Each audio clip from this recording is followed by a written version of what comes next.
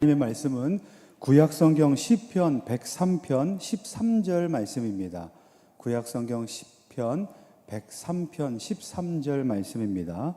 우리 한 절 말씀입니다. 우리 짧으니까 우리 온 교회가 우리 한 목소리로 함께 읽으면 좋겠습니다. 우리 같이 읽겠습니다. 같이 읽습니다. 아버지가 자식을 긍휼히 여김같이 여호와께서는 자기를 경외하는 자를 긍휼히 여기시나니. 아멘. 할렐루야. 오늘 예배 자리를 사모하심으로 수요 예배에 나오신 여러분들을 주님의 이름으로 환영하고 축복합니다. 예전에 제가 즐겨보던 TV 토크쇼 프로그램이 하나 있었습니다. 사회자가 나와서 객석에 있는 사람들의 이야기를 들어주기도 하고 또 그에 대한 조언도 해주고 위로의 말을 건네주는 컨셉의 프로그램이었습니다. 제가 TV를 보던 그날도 어떤 한 여성이 자기의 힘든 상황에 대해서 이야기하기 시작했습니다. 객석에 있던 모든 사람들이 그 여성의 힘든 이야기에 매우 공감해하는 분위기가 형성이 됐습니다. 그때 사회자가 그 여성에게 이렇게 위로의 멘트를 건네기 시작합니다. 많이 힘드시지요? 힘내세요. 그러면서 마지막에 이런 말을 하는 겁니다. 저와 여기에 앉아있는 모든 분들도 당신을 위해서 기도하겠습니다. 힘내세요. 이런 위로의 말을 건네는 겁니다. 그리고 그 말을 들은 여성분은 이내 눈물을 흘리고 맙니다. 그리고 그곳에 함께 앉아있던 모든 관객들이 그래요, 정말로 당신을 위해서 우리도 함께 기도해 줄게요 라는 표정을 함께 짓고 있는 겁니다. 그리고 거기에 배경음악이 쫙 깔리기 시작합니다. 거기에 배경음악이 깔리고 자막이 깔리니까 너무나 감동스러운 순간이 연출되기 시작하는 겁니다. 순간 저는 그 방송을 보다가 울컥하기 시작했습니다. 근데 잠시 후에 이런 생각이 들었습니다. 이거 기독교 방송이 아니잖아 라는 생각이 들기 시작한 거예요. 저는 울컥하고 이걸 보다가 은혜 받았다라고 생각했는데 보니까 이게 은혜 받을 상황이 아니라는 생각이 든 겁니다. 그 사회자는 한 여성에게 기도해 주겠다고 이야기를 했고 방청객들도 우리도 그렇게 하겠다고 눈빛을 보내줬지만 사실 그 기도는 지금 저와 여러분들이 생각하고 있는 기도와는 다른 차원의 것이라는 생각이 그 순간에 들었던 겁니다. 아마 그 사회자도 그렇고 그곳에 모여있던 사람들도 그렇고 기도를 해준다고 말하기는 했지만 그 기도는 모두 자신들이 믿고 나름대로 믿고 있는 그 나름대로의 대상을 향한 그리고 나름대로의 방법을 가지고 하는 기도를 말했던 것일 것입니다.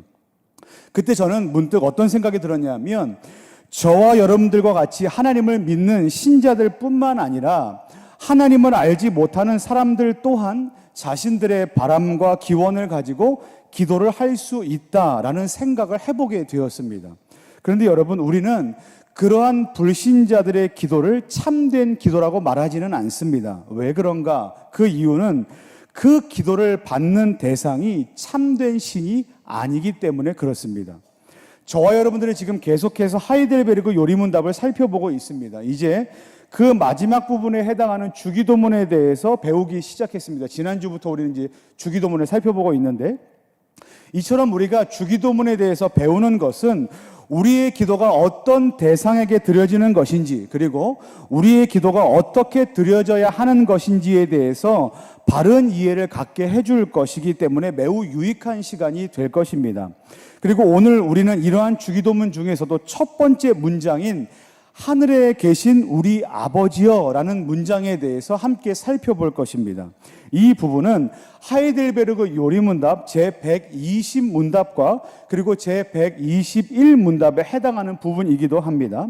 이 부분은 우리가 드리는 기도를 받는 대상이 되시는 하나님께서 과연 누구이신지 그리고 하나님이 어떠한 분이신지에 대한 선언과도 같은 내용입니다.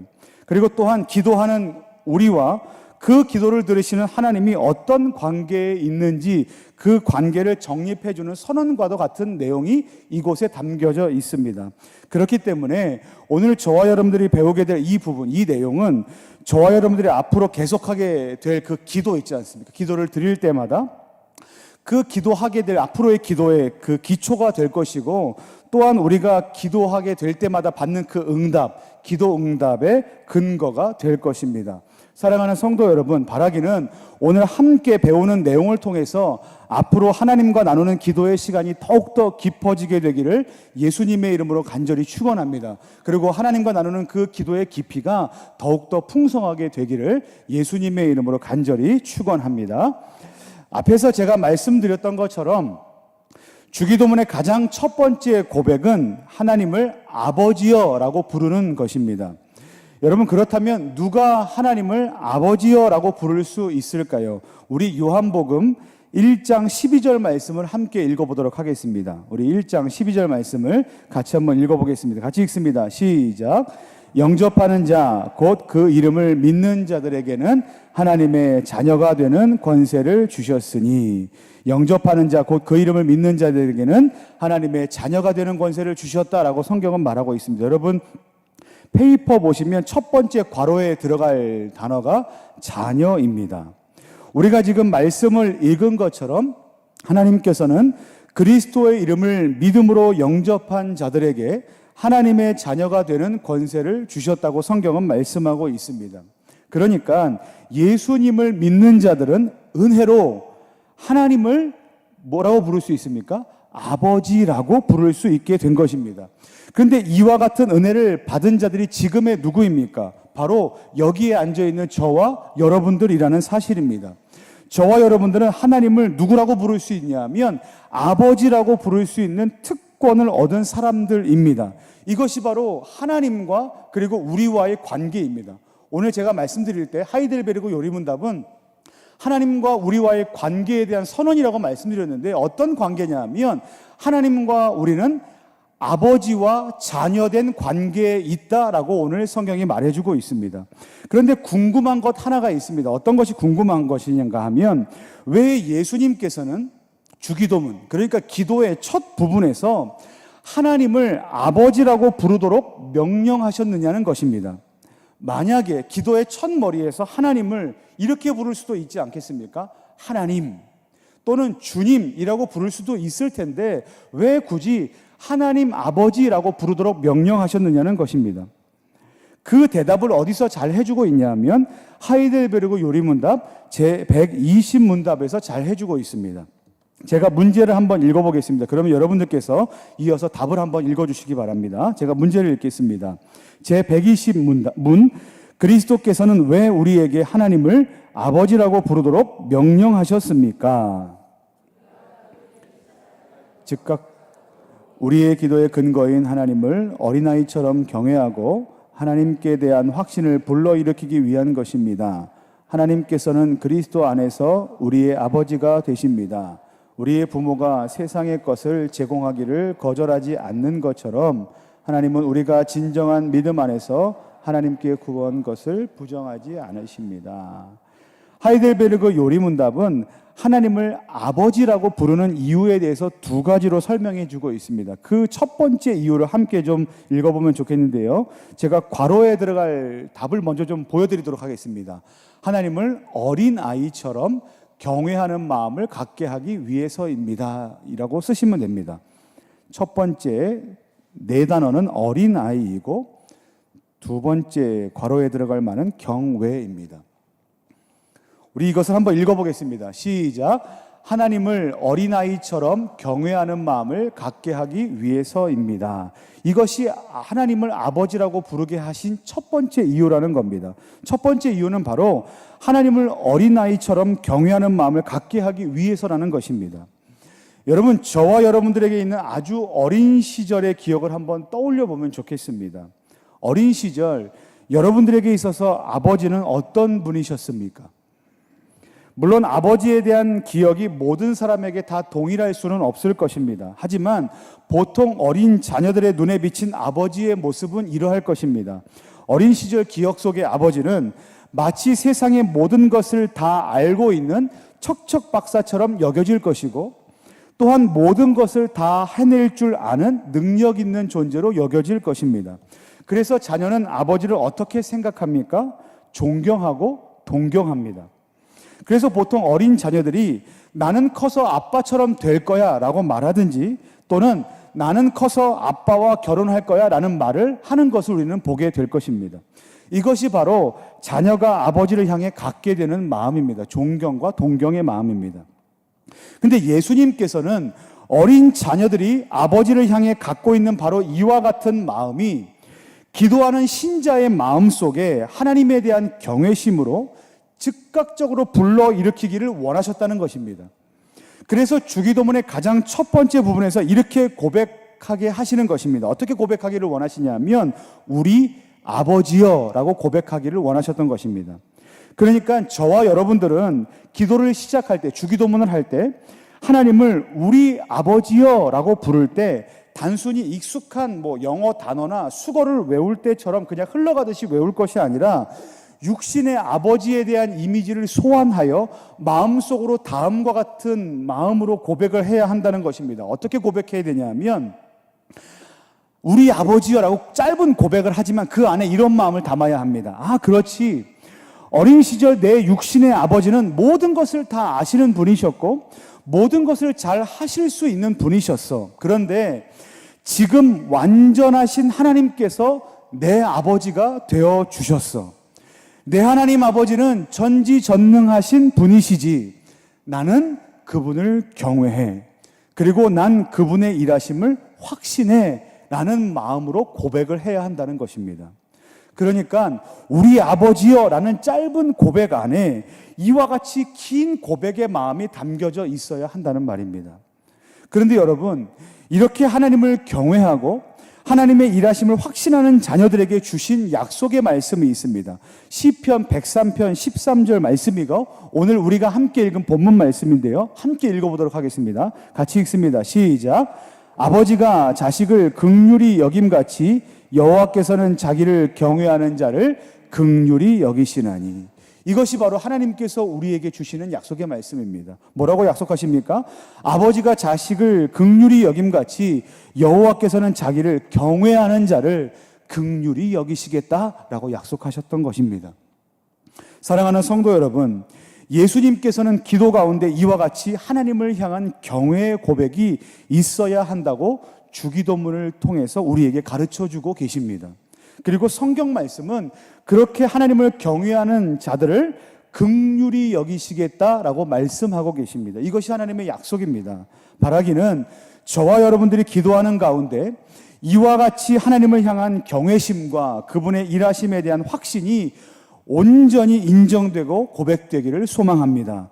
또한 그로 인하여 하나님 아버지의 긍휼히 여기심을 받는 복된 성도님들 되시기를 예수님의 이름으로 간절히 축원합니다. 자, 그렇다면 예수님께서 기도의 첫 문장에서 하나님을 아버지라고 부르게 하신 두 번째 이유는 과연 무엇인가? 두 번째, 우리 함께 보겠습니다. 두 번째 이유는 이것입니다. 하나님은 우리가 구한 것을 거절하지 않으시는 분이심을 알게 하기 위해서입니다. 라는 것입니다. 여러분들이 괄호 안에 써 넣어야 할 단어는 구한 것입니다. 두 번째 이유는 바로 하나님은 우리가 구한 것을 거절하지 않으시는 분이심을 알게 하기 위해서라는 것입니다. 주님께서는 하나님을 아버지라고 부르도록 하시면서 계속해서 무엇을 떠올리게 하시냐면 육신의 아버지를 떠올리게 하십니다. 여러분, 육신의 아버지는 사랑하는 자녀가 간절히 원하는 것을 거절하지 않는 존재입니다. 아버지 이것을 주십시오. 아빠 나 이것 좀 주세요 라고 말할 때 아버지의 마음은 어떠냐면 그것을 거절하지 않는다는 거예요. 그런데 거기에서 더 나간다는 겁니다. 어떻게 나가냐면 그보다 더 나아가 그 원하는 것을 아낌없이 제공하기 위해서 최선을 다하는 존재가 누구다? 바로 아버지라는 사실입니다. 마태복음 7장 9절부터 11절까지 말씀을 우리 한번 읽어보도록 하겠습니다. 같이 한번 읽겠습니다. 시작. 너희 중에 누가 아들이 떡을 달라 하는데 돌을 주며 생선을 달라 하는데 뱀을 줄 사람이 있겠느냐? 너희가 악한 자라도 좋은 것으로 자식에게 줄 알거든 하물며 하늘에 계신 너희 아버지께서 구하는 자에게 좋은 것으로 주시지 않겠느냐? 아멘. 지금 저와 여러분들이 함께 읽은 이 말씀에 보면 한 아버지가 언급되고 있습니다. 근데 이 아버지는 사람들에게 악한 사람으로 평가되는 인물인 것 같습니다. 그런데 제 아무리 악한 자라도 그가 아버지인 이상 자기 자식에게는 어떤 것을 줄 아는 사람이라고 말하고 있냐면 좋은 것을 줄 아는 아버지라고 성경은 말하고 있습니다. 자식이 배고프다고 떡을 달라고 하는데 돌을 주지 않고 생선을 달라 하는데 뱀을 주지 않는다는 것입니다. 이것이 아버지에 대한 속성입니다. 근데 이렇게 불완전한 육신의 아버지도 이와 같은데 성경이 말하기를 하물며, 그 다음에 이어지는 메시지가 무엇인가 하면 하물며 하늘에 계신 아버지께서 구하는 자에게 좋은 것으로 주시지 않겠느냐라고 말씀하시는 겁니다. 하늘에 계신 아버지가 누구십니까? 하나님이십니다. 하물며 하늘에 계신 하나님께서 구하는 자에게 좋은 것으로 주시지 않겠느냐. 이 말은 무슨 말입니까? 하나님께서는 더 좋은 것으로 주시는 분이시다라는 사실입니다. 그러므로 어떻게 하라는 겁니까? 구하라, 그리하면 주실 것이요, 찾으라, 두드리라라고 말씀하시는 것 아니겠습니까? 자, 그렇다면 예수님께서는 하나님을 왜 아버지여 라고 부르게 하셨을까요? 바로 이 때문입니다. 예수님께서는 자녀에 대한 아버지의 사랑을 바로 이 기도와 연결시키신 것입니다. 그래서 하나님 아버지는 자녀된 신자가, 저와 여러분들이 구한 것을 어떻게 하시는 분이시냐면 거절하지 않으시는 분이시다. 그리고 더 나아가 어떻게 하시는 분이시냐면 반드시 응답하시는 분이시다라는 것을 말씀해 주시고자 하셨던 것입니다.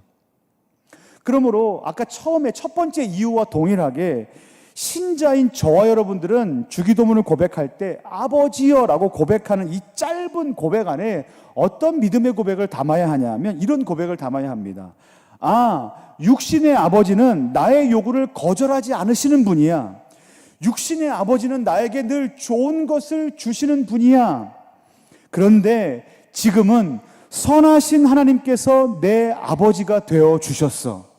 내 하나님 아버지는 육신의 아버지가 땅의 것을 내게 주기를 거절하지 않은 것보다 훨씬 더 거절하지 않는 분이셔.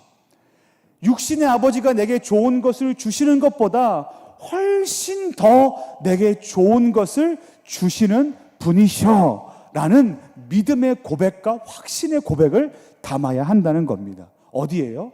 우리 아버지여 라는 고백의 말입니다.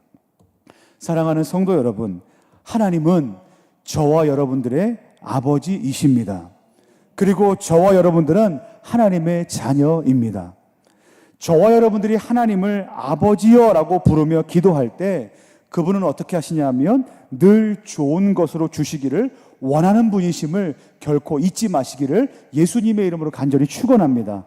바라기는 하나님을 아버지로 고백하실 때 늘 좋은 것으로 채우시는 하나님의 은혜를 풍성하게 경험하시는 저와 여러분들 되시기를 예수님의 이름으로 간절히 축원합니다.